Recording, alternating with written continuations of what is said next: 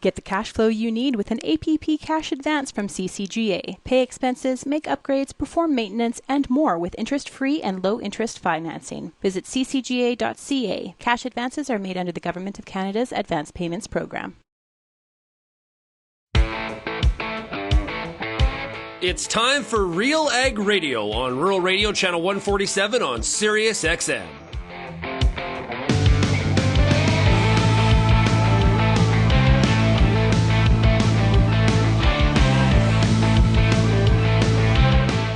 RealAg Radio and RealAgriculture.com is your home for insight and analysis of the issues that are impacting your farm business. Let's get real and get connected with RealAg Radio.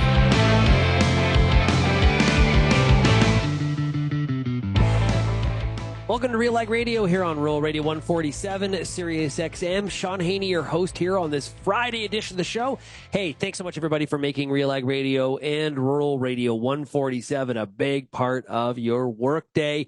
It is also great to have everybody out there listening through the RealAg Radio podcast as well. And just tell your friends, tell your family, anybody interested in agriculture, the more the merrier. The audience continues to grow for RealAg Radio, and we greatly appreciate it so much. So, hey, today on the program, we're going to have a beef market update with Wasko, the Gateway Livestock Exchange. A lot of times, at this time of the year, we're focused on harvest, right? Combines are rolling. We got that harvest dust, that harvest dust hanging in the air. You can smell harvest. But there's also a fall run. There's lots happening in the cattle industry right now as well. And Anne's going to be here to break down what we heard from StatsCan when it comes to the cattle inventory numbers. We're also going to get a cash market update. We're going to look at some of the carcass weights. We got a lot of stuff to chat about here today. I love having Anne Wasko on the program. We're also going to have a RealAg Issues Panel. Kelvin, Heppner, Lyndsey Smith will be here to talk about all the big issues of the week. We got kind of a celebration, a bit of an announcement. That'll be kind of cool and kind of fun, so stay tuned for that. And then we're also going to dig into the Liberal cabinet retreat. We got that going on. We got some new economic numbers. We got some issues when it comes to a processor that's had their grain license revoked by the Canadian Grain Commission. This isn't the first one this summer. I think this is number 4 for this year, which is kind of concerning overall. Lyndsey's got some thoughts on that. We got all that and a whole lot more. So if you have any feedback on today's program, we'd love to hear from you. Send me an email, shaney@realagriculture.com. You can also find Real Agriculture across all the different social media platforms. You're also more than welcome to call the RealAg feedback line, 855-776-6147. Terribly sad news out there. Johnny Gaudreau and his brother Matthew were struck by a drunk driver overnight on the weekend of their sister's wedding. Yeah, just terrible. I don't know. No way to describe it, but absolutely awful. The entire I'm a former Flame season ticket holder. Saw a lot of Johnny Gaudreau play, and such a skilled player, fantastic college hockey player, former winner of the Hobie Baker Award, was the top college hockey player in the country. So I think not only the hockey world's grieving, but I think just everybody that knew, everybody's saying such nice things about who he was as a person. And just terrible news. So thoughts are with the family for sure. Just awful to hear that. There was rumors last night and wake up this morning and it's confirmed. It's just kind of shocking, to be honest with you. So thoughts are with the family and the people that knew him personally for sure. Hey, let's take a break. When we come back here on RealAg Radio, we're going to hear from Anne Wasko, the Gateway Livestock Exchange, right after this. We're joined right now by Terry Drabuk. What is Genesis Fertilizer? It's an initiative to build a nitrogen plant with farmers. So our target is to get 75% of the plant owned by farmers and 25% from a strategic investor. Where we see fertilizer prices at right now and supply and all the challenges, I think there's a lot of farmers looking at this as a very interesting from an operational standpoint, but also as an investment. Terry, if somebody wants more information about the Genesis project, or I'm interested in investing some money here, this sounds like something that I should be putting some money to work that's off farm, diversifying my investment portfolio, and it has a benefit benefit to my farming operation as well. How do you suggest they do that? Well, our website's pretty robust, and there's all the contact information is on there. You can contact any one of the board members. You can contact myself. There's a link to both our phone numbers and our email addresses for everybody who sits on the board and is in senior management. Hey, make sure everybody you check out the website, genesisfertilizer.com. The Pulse School on RealAgriculture.com has everything you need to get your crop off to a great start and a strong finish. Whether you're growing chickpeas, faba beans, lentils, or peas, you'll get all the latest and best agronomic information at PulseSchool.com. A library of top-notch agronomy videos from industry experts available on demand at your fingertips. Visit the Pulse School, brought to you by BASF on RealAgriculture.com. And welcome back to RealAg Radio. Hey, protect your anhydrous ammonia and bottom line, very important as well. Even if temperatures hit 15 degrees or below, that's not too late to apply agronomically effective, non-corrosive Centuro nitrogen stabilizer. Learn more by going to centuro.ca. Let's get into the beef market update with Ann Wasko, the Gateway Livestock Exchange. And how are we doing? I'm good today, Shaun. How are you? Pretty good. Hey, what is going on this week in the cattle markets? Well, this is the way I guess we end the summer doldrums, if you will. Markets kind of, whether you're talking about cash cattle or wholesale markets, we've had a down week, U.S. and Canada. So start south of the border, down in the south, Kansas, Texas region, steady to one lower. So that's going to be 182 to 183 live. Nebraska, 184 live, which is steady, but on their dressed market, 292. Which is also steady to $1 lower. So we're going to see their 5-area average drift lower again this week.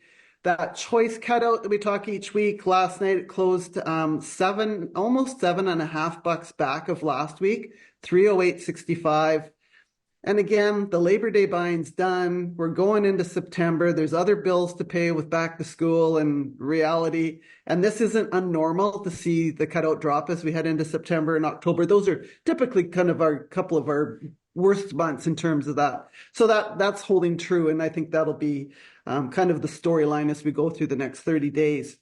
Coming back home here to Western Canada, the dressed market in Alberta was $5 to $7 lower dressed. So 408 to 413 delivered. So you're going to see that Canfax average when it comes out later today. It could be down into the mid 240s now. So and again, remember, it wasn't long ago we were up around 260.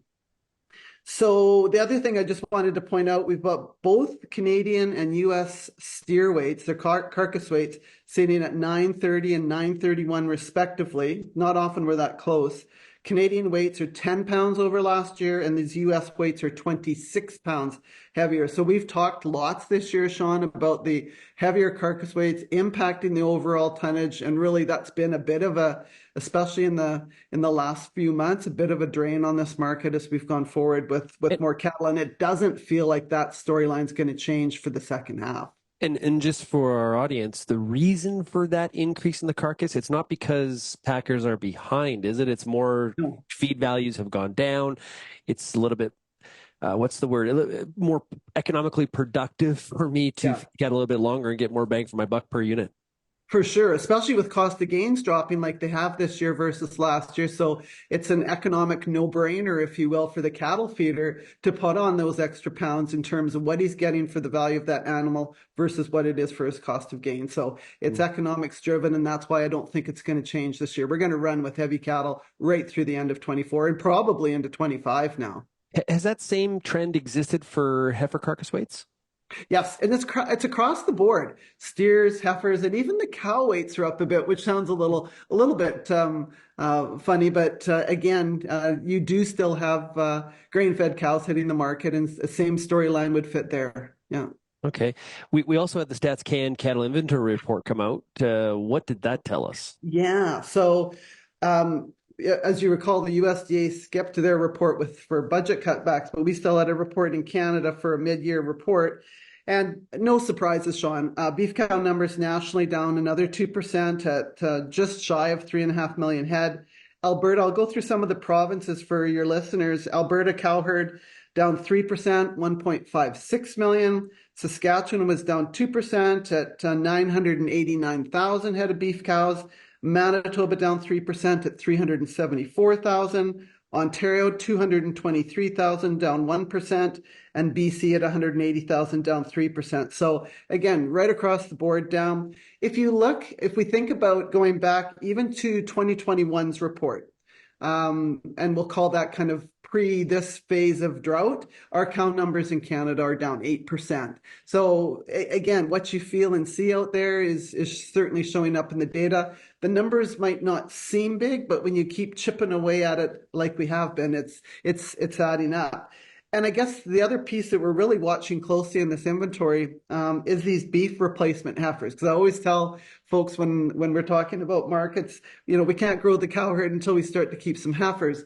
And we pretty well made the assumption we're not keeping any of the 2023 heifer calf crop. We've seen them on feed all year long. So until we get into the fall run, we'll make some determinations. But this report confirmed that, Shaun.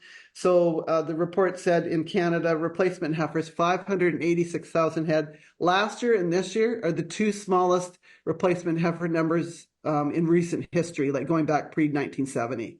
And what reverses that is sustained positive financial environment. And I don't know how you define sustained, but that's what I keep on hearing from, like when I was at Canadian Beef Industry Conference last week.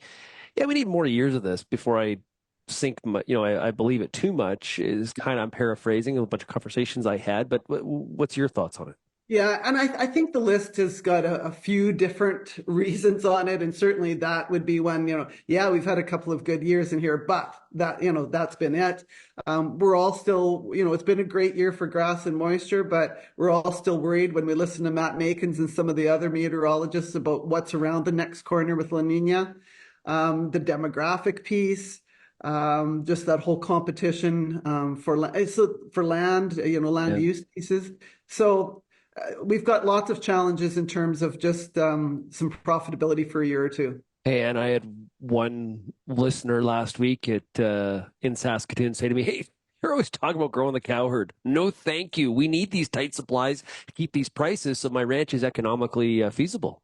Yeah, and that's a great comment. But from a Canadian perspective, we've got to remember this is a global industry, and globally, we've still got beef supplies growing. So we can talk about what we're going to do in Canada, but we're a pretty small piece of the global beef pie. And so when you've got big production in Brazil and Australia, we're going to be watching for what weather conditions do down there and what happens to their cow herds. Yeah, well, we always have transitions in agriculture, and as we start to take this 2024 crop out of the field in Canada, the fall run really heats up. It gets super busy at auction marts, trucking companies, feed yards, putting those placements in. Distribution this year, with the drought, we saw a lot of cattle come to market much earlier than we would see in traditional flows. What are we seeing this year? Yeah, well, that's a good point, Shaun. A lot happens in the next 3 months, and especially this year, because it's been super quiet compared to 23, 22, where we had drought cattle starting to move back in June. Well, that has not been the case this year. It's been what I'm telling folks, more of a normal run, but it feels like we haven't had a normal run for a long time. So what it's going to do instead, over the last few years, we've been spreading that run out starting in June, going right through to December. This year, we're going to get the run from September to November. So it's going to feel like more cattle for sure, but we've certainly concentrated it back to where it usually is. But it's going to be busy, and we've got cattle to place.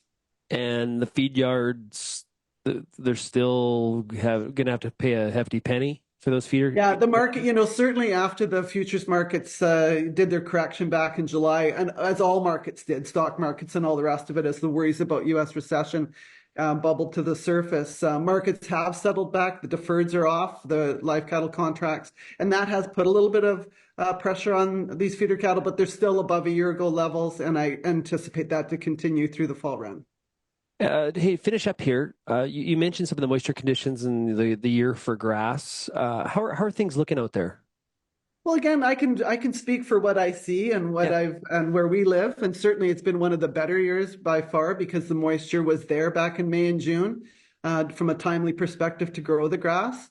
Yeah, it's been hot in July, but where I live, it's usually hot and dry in July and August anyways.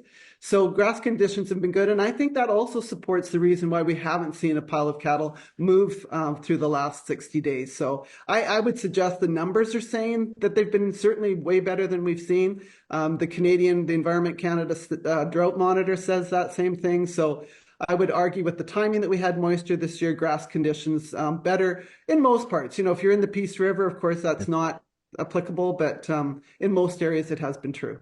Well, Anne, really appreciate you joining us here this week for the Beef Market Update. Have yourself a great weekend. Okay, thanks, Shaun. You too. Okay, here on RealAg Radio, next, we're going to get into the RealAg Issues Panel. Kelvin Heppner, Lyndsey Smith standing by, and we'll be back right after this. Ammonia and protect your application earlier than normal this fall.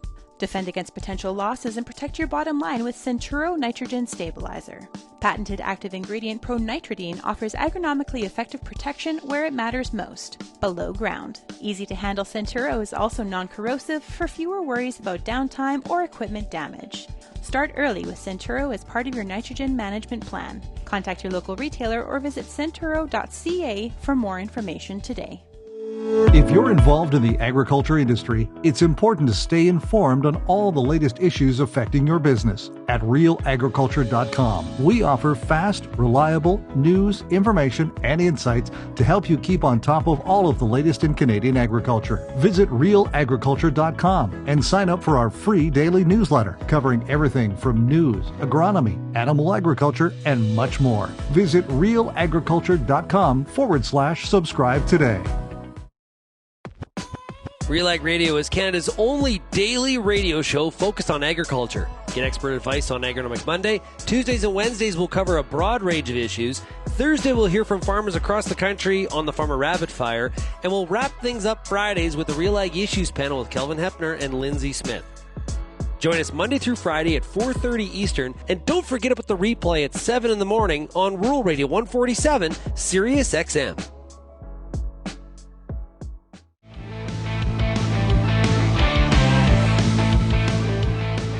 Welcome back to RealAg Radio here on this Friday. It's time for the RealAg Issues Panel, one of my favorite shows of the week. Well, they're all my favorite shows, but this one's favorite because I get to hang out with Kelvin and Lyndsey. We'll get to them in a second. The answer to your above-ground nitrogen loss problem is Anvil Nitrogen Stabilizer from Koch Agronomic Services. To learn how Anvil's dual active ingredients deliver extended protection, visit kochag.ca.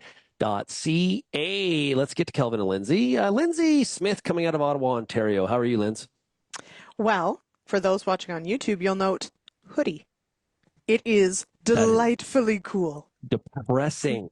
I know. Everybody else is so sad, and I, someone who is well adapted to northern climates, is rejoicing. You are cool, quite Nordic. Cool. Yes, I am very Nordic. And so I do appreciate these 9-degree, 10-degree nights and low 20s.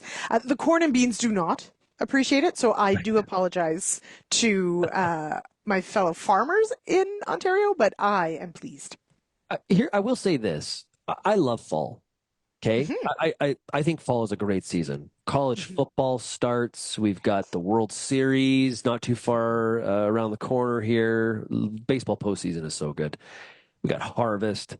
The trouble is it's so short. And I hate the short harvest. Like short summer sucks, but short fall really bites because you know what comes after fall? Everybody's least favorite season, winter. That's right. But okay, so in fairness though, in my defense, fall, autumn in Ontario is quite lovely. I have to tell you, like we get autumn all the way until sometimes early November. So really, I think you're just in the wrong place, Shaun. Just come visit me here. That's great. Okay. Well, I'm actually going to be in Ottawa. You and I are going for supper.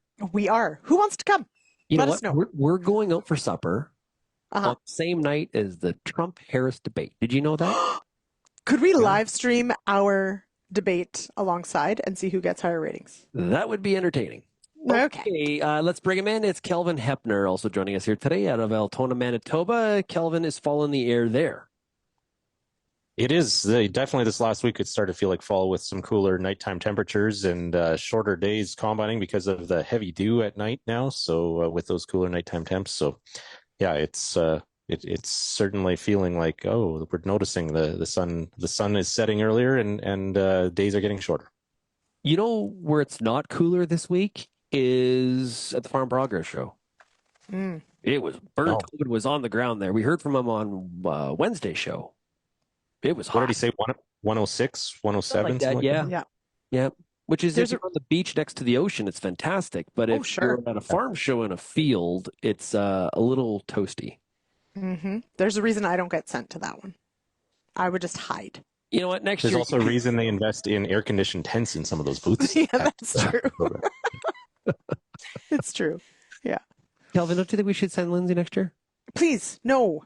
I will be hiding in the air conditioning tent. Although apparently I saw there was used equipment on display. Was that true? Yeah. Kelvin, did you find out? Burns said, so there's an article in Bloomberg today talking about how the highlight of the US's biggest farm show this year was used farm equipment. And so I asked Byrne, like, was there actually used stuff on display? Yeah. Pre-owned stuff on display? And Byrne said, yeah, there had been a section of the show that had pre-owned equipment, which I don't remember seeing other years I've been there. Of course, you get all the kinds of companies that sell stuff for retrofitting. So then you get used stuff in some of those booths where they're selling a retrofit for bringing modern technology to some older piece of equipment. And I'm sure there was a lot of that. Right now, the market for that type of stuff, I think, is still pretty strong. But yeah, interesting that, and of course, I think that reflects some of the broader trends. I'm just not sure whether the used stuff dominated the show as some of the media reports saying today. Yeah, really, I thought the use of the word dominated was a highlight. Yeah, I don't know if it's a highlight. Yeah, it was there. Yeah.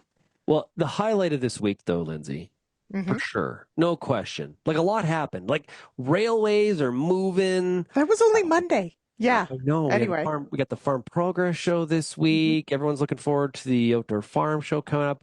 No bigger highlight, though, than this week. Actually, it was yesterday. Kelvin Heppner has been with RealAgriculture for 10 years. And if we had a side-by-side photo, Lyndsey, he looks exactly the same. I don't know how this guy does it. He's like he might look younger. He might look younger now than then. Yeah, what is your secret? Yeah. This is all very overstated and unnecessary. And you're really hurting the credibility and accuracy of the show here in terms of our accuracy ratings. They are plummeting. Yeah. But I do want to say it is pretty substantial, Kelvin, to have hit the 10-year mark. And it has been, Kelvin and I were going back and forth yesterday trying to work out the math on some of these things. And I think it's really neat because a lot of our time with RealAg has also been marked by our welcoming of children and sort of earmarked by those sorts of like huge life events and those sorts of things. And so it's been, we were doing some of the math yesterday and it's pretty mind blowing to think 10 years together is pretty cool. So yeah, and to be serious, it has been an honor, and I'm glad to have spent the past 10 years working with you guys. It's been a lot of fun and a lot of great memories. And I don't think the three of us, I don't think any of us have gotten older. It's just our kids that have gotten older. Right. So. Yes, that's actually a very key point. Obviously, only them. I think my glasses got better. I've looked at some of those photos, and it's sort of like got better or got stronger. Well, that too. Both. Yeah, these are now. I have the progressives going now, so yeah, they've gotten worse, but the style's gotten better. Yeah, some of those. Wow, there is a couple early pictures where it's just like questionable. Wow, how did I look at the mirror in the morning and think I'm rolling with this? This is great. I look good. You know, in fairness, the beginning, the genesis of this company. I mean, you were on camera right away, so I feel like. You know, some of us, like Kelvin comes from radio and I came from print. We have excuses, but you were on video right away. So really, what took you so long? Well, anyway. Kelvin, congratulations. It is, I do mean it with all seriousness. It is fantastic to have you a part of the team. And I've learned so much from you in terms of covering the issues. So I really do appreciate your commitment and everything you do for the audience. Thanks a lot. Thank you, Shaun. And thank you for the opportunity, both of you. Okay. Now you can showcase some of those skills I was just bragging about. We've got the economy growing by 2.1%. How should we interpret that number? Well, it was higher than what Bank of Canada has been forecasting, also than what the market consensus was. This annualized rate of 2.1% that Stats Canada reported this morning. This is the GDP, quarterly GDP number. It did beat expectations, but that's at the high level. If you look at some of the details, there's a really high percentage of this that it looks like is accounted for by increased government spending, which we know, of course, isn't sustainable in the long term. And RBC is saying in some of their commentary that 80% of this quarter two GDP increase is as much as 80% is due to a surge in government spending during that time. So on what? And then if you look at population growth, per capita GDP has declined now for 5 straight quarters. So the per capita number is not getting better at this point. So devil's in the details here. That spending, what is that on? Like, is there, do we know? I don't know if that's broken down, but it often government spending goes in cycles, or it depends on how it's reported and that type of thing too. So yeah, I guess maybe more of it has gone out the door in the second quarter this year. And so yeah, 80% is what RBC is saying of this increase due to government spending. This will, of course, the fact that this beats the Bank of Canada's GDP forecast, it further supports the already unanimous thinking that the Bank of Canada will be cutting its main interest rate next week by 1/4 point. And then there's still, the consensus is still for another 2/4 point decreases before the end of 2024. Well, which I am pleased about, because like Lyndsey, I have to renew a mortgage coming up here soon. And I'm glad I did a short one. Mm-hmm. As am I. Yeah. And so let's see how it goes. Let's see if we get those. Right? It makes a huge difference. And I mean, a quarter, okay, but you add them up a couple times and we actually could be looking at a significantly different, mortgage type picture within a couple months here, which I think is good news for a lot of people. I guess my question, Kelvin, on it did, when we look at per person, it did go down. Though, right? If we work in the population dynamics. So, I mean, that becomes the concern going forward, right? Government spending, we don't want that to be the driver. That's not sustainable. And if per person it's actually going down, interesting to know where it heads in this next quarter for sure. Yeah, there are still definitely some red flags here in terms of Bank of Canada, how they're looking at the overall health of the economy, but still the bottom line was better than expected today, which is kind of the headline that is coming out of this StatsCan GDP number today. Does it, in a time where farmer cash receipts, cash flows is a concern here in the fall of 24, also help support and not prop up, but help support those land values as well? Do you think? Well, a decrease in rates certainly is supportive of stronger land values, definitely. Yeah. Okay, we got lots to chat about here today on the RealAg Issues Panel. We've got Trade Minister Ng talking to USTR Catherine Tai. They talked about China, definitely. I think it proves that maybe I was right and Kelvin had misinterpreted some news events. We'll get to that when we come back. You're listening to RealAg Radio. We're all right. I don't get to say it often, so I'm going to point it out in this case. We'll be right back right after this.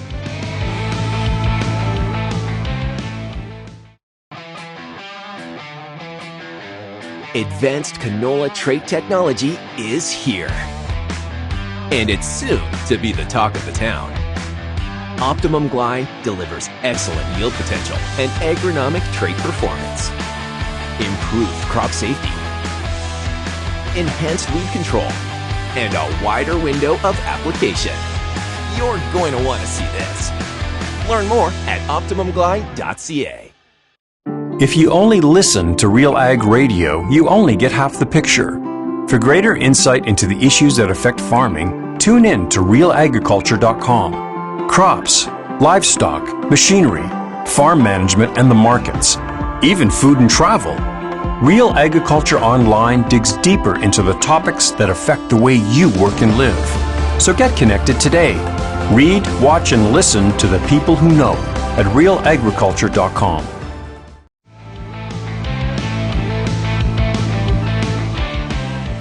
Welcome back to RealAg Radio. Lyndsey, what's your favorite? We were talking about fall. And I said I love fall. What's your favorite thing about fall? Is it the hoodie? That's up there. But actually, the crisp air. But I have to say, it's the fall colors. It's the leaves. It's the show that Mother Nature puts on.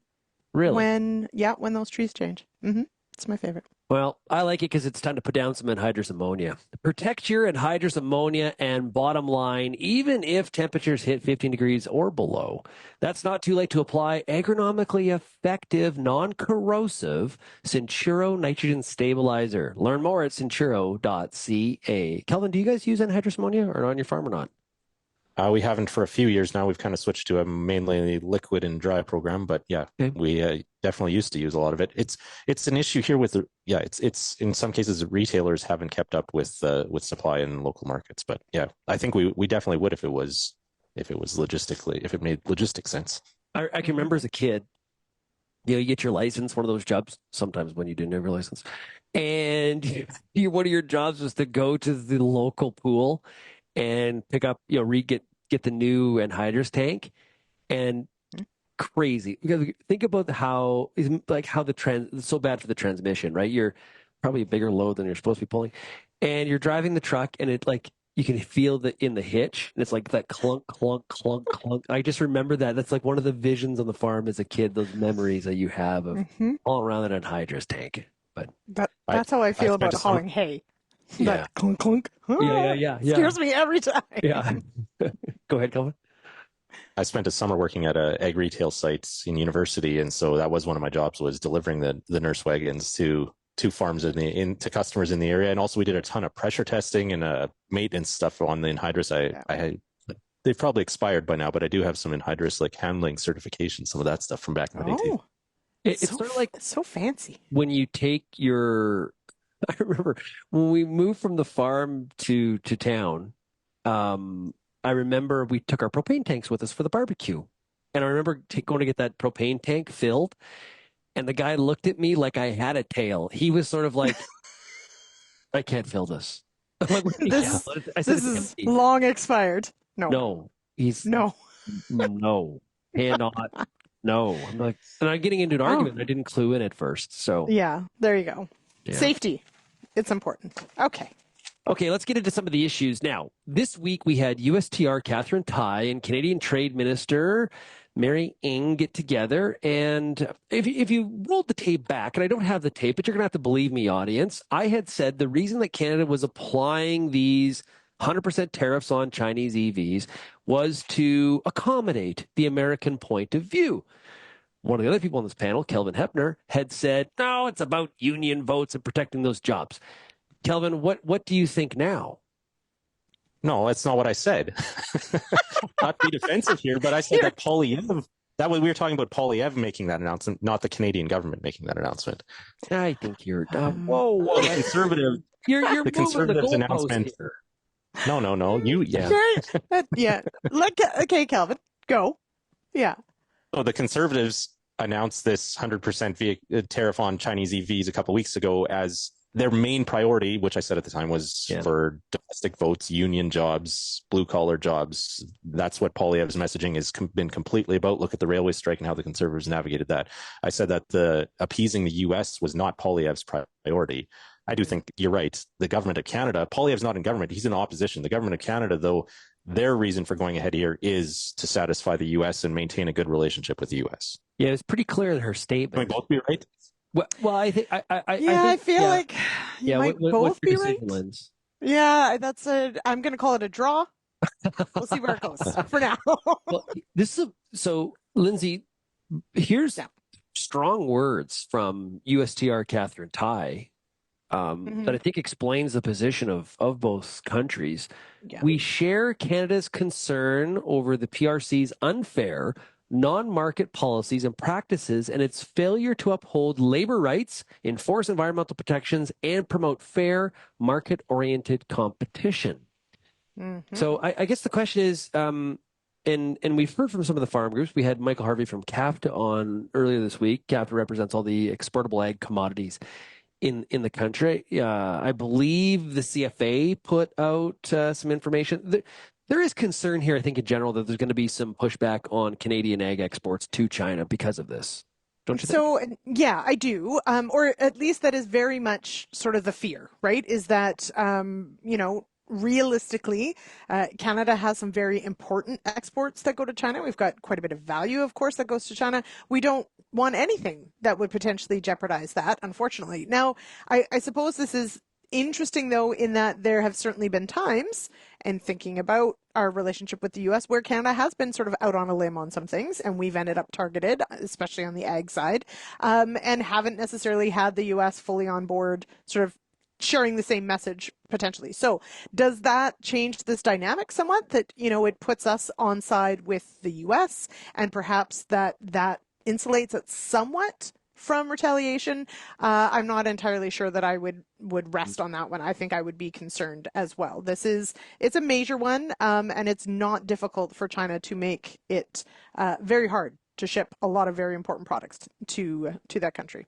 And this is very proactive on Canada's part, because there's barely any EVs that come out of China to Canada at this point. But if you look at some of the case studies, the history, what's happened in the UK and Europe and Australia, China is a big-time player when it comes to EV manufacturing, and also much cheaper per unit, which is a part of this accusation that there's a lot of subsidization that's happening in China to support that industry. Kelvin, this week, not a lot of positive coverage on the Liberal cabinet retreat, it seems, or at least not a lot of news coming out. There's been some criticism that they're flip-flopping on some issues that were very important to them just 2-3 short years ago. What's your take on what happened this week at the cabinet retreat? Actually, I thought it was kind of representative of a bit of a turn, I would say, in the Liberal messaging. They are realizing that economic issues reign supreme right now. And if you think of what this Liberal government used to spend events like this talking about, I did not see much on kind of the social issues type spectrum. It was about temporary foreign workers and immigration. It was about housing. It was about trade. These are all economic related type topics. And so it kind of struck me that they have realized that these are issues that need to be dealt with. And so, yeah, we saw the EV tariffs announcement, and also on steel coming from China, and consultations launching on a bunch of other things coming from China. We saw the new restrictions announced to the temporary foreign workers program, which is something that we might talk further about here, but that could potentially affect agriculture. And so just to me, it seemed like there was a bit of a turn towards, and then also we were coming out of the railway shutdown, the lockout and strike that took place last week. And as the cabinet retreat was starting at the beginning of the week, they were talking about the importance of keeping the railways going for the economy and that type of thing. So yeah, maybe not anything like surprising or shocking, but certainly there's some recognition among cabinet that they need to be talking about these issues. Yeah, Lyndsey, go ahead. Yeah, I was just going to say, we didn't see a cabinet shuffle, which there was some rumor that we could see. We did not see that coming out of it. And I have to say, like, to Kelvin's point, he's outlined it very well of what was discussed coming out of it. To me, it's like, goodness, I hope so. Because honestly, could you imagine, right, that if cabinet had met that week, we have to think this was, as the lockout strike was all ongoing, right, just after. And that still isn't 100% resolved, but that's in the face of this. So, at this juncture and just before Parliament begins sitting again, I have to say that, for anyone who's expecting this party to actually, pull up the old bootstraps and get to work here, had they come out with anything but, I think would have been an absolute disaster as far as, not that they have far to go to hit rock bottom, but that would have really driven home the message that they aren't even trying anymore. So glad to see it, really. Lyndsey, they're also creating a new initiative on boosting Canada's productivity. We're talking productivity now. They've been watching the show, I think. I'll be honest. I'm pretty sure. Yeah. What's the saying? You closing the barn door after the horses get out, kind of thing. Yeah. Something like that. We did find our ag minister. He was next to Trudeau walking down the steps, so we know where he is. He's been spotted. Yeah, he has been spotted. He is in Halifax, and he was at the cabinet retreat, and that's where he is. I was in Halifax late spring, early summer, and I'll tell you, I got to go back there. It's just a beautiful area. I love Nova Scotia is a spot I got to go back to. Mm-hmm. I know we have listeners in Nova Scotia. Sure do. Hello to everybody there. TFWs, Kelvin mentioned them. Lyndsey, you had Drew Spolstra from OFA on the show earlier this week. Yep. Call me scared, or maybe just a little this one I can't get out of my head, because we've got both the Liberals and the Conservatives talking about needed changes to the TFW program. They're mainly talking about fast food and food service. They're not necessarily talking about agriculture, but I'm concerned here because when we're using some pretty stiff language like modern slavery, I get worried that the general consumer public, the voter, doesn't see the difference. They see TFW, bad things.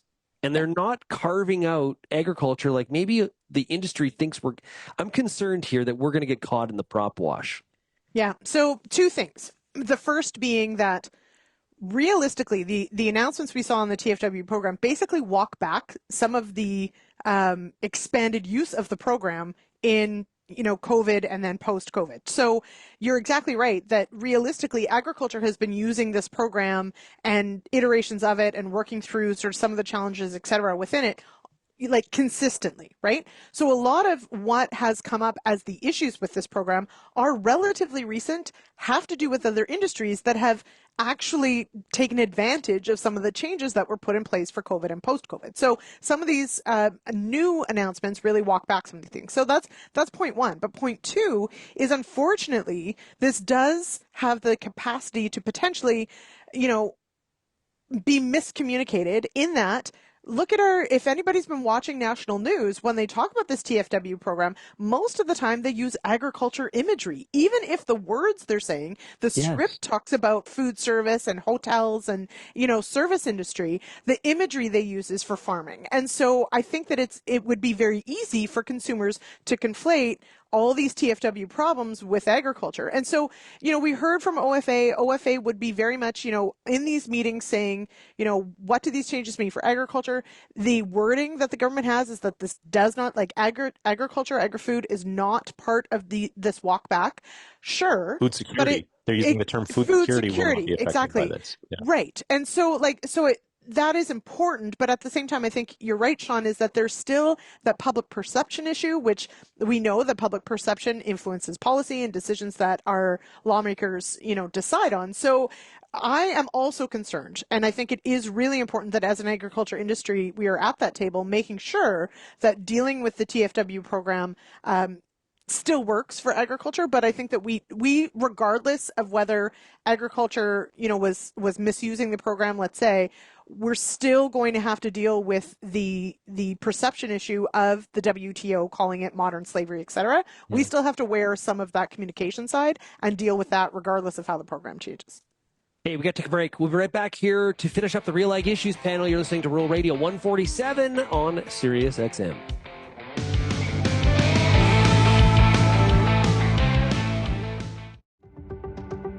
Since 2010, the Wheat School on RealAgriculture.com has been helping farmers to grow great wheat.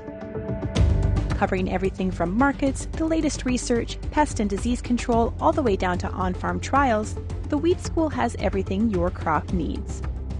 Check out our massive video library on YouTube and grow great wheat with the Wheat School, brought to you by Syngenta Canada, C&M Seeds, and Alberta Grains.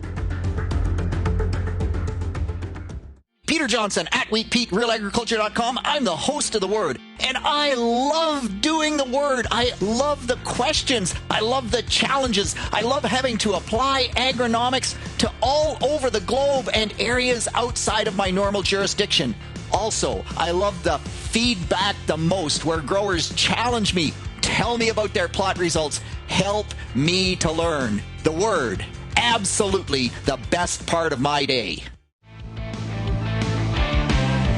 This segment on RealAg Radio on the Issues Panel is brought to you by FP Genetics Hybrid Fall Rye. Innovative seed genetics for Canadian farmers. Contact your local FP territory manager to discuss your fall seed strategy and discover Hybrid Fall Rye's flexible end uses for marketing, milling, distilling, ethanol, and feed. There's a lot of different uses there. I like the flexibility in the crop like this. Visit hybridfallrye.ca to learn more. That's from FP Genetics.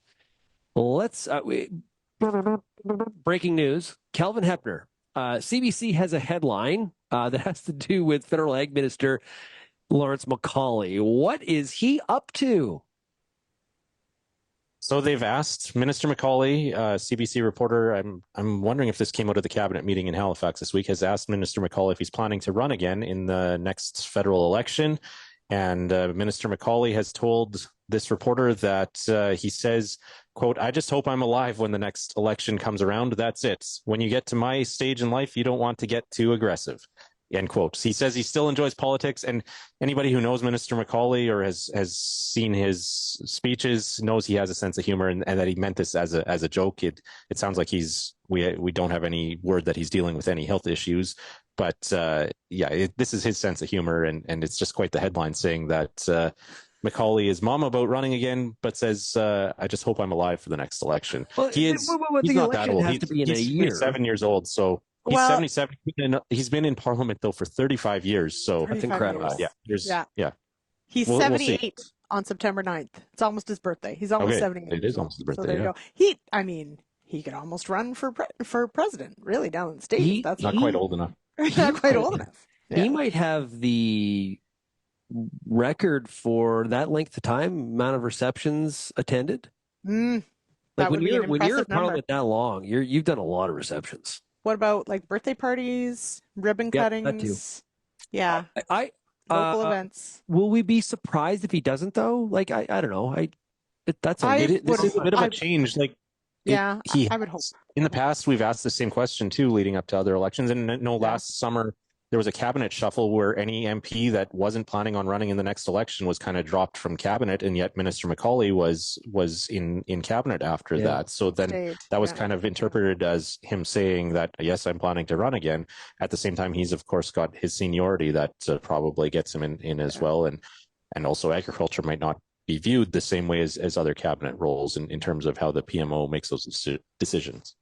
Mm-hmm. Lyndsey, kind of more bad news when it comes to the processing sector. We've got Purely Foods or Purely Canada. Purely Canada. Mm-hmm. They've had their grain dealer's license revoked by the CGC. You talked to Ian Boxall from APAS. We're going to be running that interview, I think, next week. Tuesday. Yep. Tuesday. This is another situation where a company that seemed with a lot of potential, another option for farmers, in some big time trouble. So, and this is, sort of adding insult to injury, this is the fourth company that largely operates out of Saskatchewan. Certainly some Manitoba and Alberta branches of these companies that have had their licenses revoked this year by the CGC. And so this is part of the wider picture, and why we spoke with Ian with APAS is so companies that to be licensed by the CGC have to put up a bond. They have to put up money to basically cover their promises to farmers to say, yes, we'll take delivery of your grain, we'll pay you later, and they have to put up some of that cash. So should something happen, farmers can get paid out through the safeguard program that the CGC puts out. We've had now several. Now, one of those Zager seeds, 1.2 million, was paid out to farmers. So farmers were owed that money. It was 100% covered. So Zagers did have enough of a bond to cover what was owed to farmers. Boxall's point is that right now it's a 30-day reporting window. So these grain companies that are licensed under the CGC only have to report their positions every 30 days. You can, in 30 days, get in a lot of trouble as far as taking grain and telling farmers you're going to pay them for it and end up in a position where you can't. So his point and APAS's point and part of the discussion through the Grain Act review, et cetera, is that in this day and age, is 30 days really necessary when everything can be reported electronically, and really companies shouldn't be allowed that much leeway to get themselves way out of position as far as what their bond will cover? Or should their bond be increased so that it makes up for the fact that they can potentially be buying grain this much longer? So definitely a huge concern. And Boxall also mentioned, just on the greater scale, not just about the CGC program, but realistically, when these companies, can't stay afloat, it does create a lot of uncertainty. And when farmers are trying to decide what they grow, there's a lot more risk potentially in some of these, oats and flax and pulses potentially, where maybe it does impact, what farmers end up growing, because they know they can send to the bigger companies and get paid, right? So, well, talk about getting in trouble in a short period of time. Nutrien, let's talk about their Brazil operations. They've pulled back and they're reorganizing what they're doing in Brazil. But they also talked about they had an employee that got on the wrong side of some derivative trades that are outside of the company policy. He lost $220 million US. Don't either of the two of you get any ideas about trading derivatives under our corporate account, okay? I'll do my best not to. Yeah. What's the RealAg credit card limit? Yeah, exactly. Well, a lot less than that. Okay, so sticking in this frame, Kelvin, what is the update? Like, it's been very quiet over there at Viterra and Bunge relative to this potential acquisition by Bunge. Yeah, so we saw approval in the European Union with some conditions earlier in summer, and the companies, since announcing this deal over a year ago, said they wanted to close it by the middle of 2024. Well, the middle of 2024 has come and gone now, and it's, like you said, curiously quiet. And so this week, with the cabinet meeting happening in Halifax and all of the news coming out of the federal Liberal cabinet, we did check in with Pablo Rodriguez's office. He is the transport minister, and right now it looks like the big decision rests on his desk, even potentially globally. The U.S. regulators are following this, but we haven't heard a lot out of the U.S. We've heard a lot more noise from the Canadian government, from the Competition Bureau, and from the transport review that took place last year or earlier this year. And that's where a lot of the criticism and concerns have been raised here in Canada. And so it's looking like whether this deal goes ahead and what the terms will be in terms of spin-offs or what has to be sold will rest on what is enforced by the transport minister. And so his office told us that they have no update that they can share with us this week, and that it's status quo on that decision. And so it just, it makes me curious as to what's happening behind the scenes, whether there are talks underway to resolve some of these potential concerns proactively to get this across the finish line as Bunge looks to move ahead with its acquisition of Viterra. Yeah, I've sent a couple emails to U.S. government about this, and all I get is a link back to a website that talks nothing about what I'm asking about. It's great. Yeah, it's very quiet on the U.S. side, which is interesting. It's almost as if there's as if some other countries' regulators are leaving it in Canada's hands. We've seen this with other massive multinational mergers where one country's regulator does some of the heavy lifting for all the countries around the world, kind of thing. The Bayer acquisition of Monsanto comes to mind with what the US DOJ enforced on that case. And so it's looking like the ball is in Canada in Transport Minister Pablo Rodriguez's court right now when it comes to what the Bunge merger or acquisition of Viterra is going to look like. And quickly, Lyndsey, before we wrap up here, one thing that is rolling is tractors. Yeah, some farmer protests in Ontario. This is about Premier Ford policies on land. Okay, what's going on? Yeah, well, and okay, quickly. And we'll have more on this sort of in the coming days and weeks. But, excuse me. So this is in Wilmot Township, so right outside of New Hamburg, close to Kitchener-Waterloo area.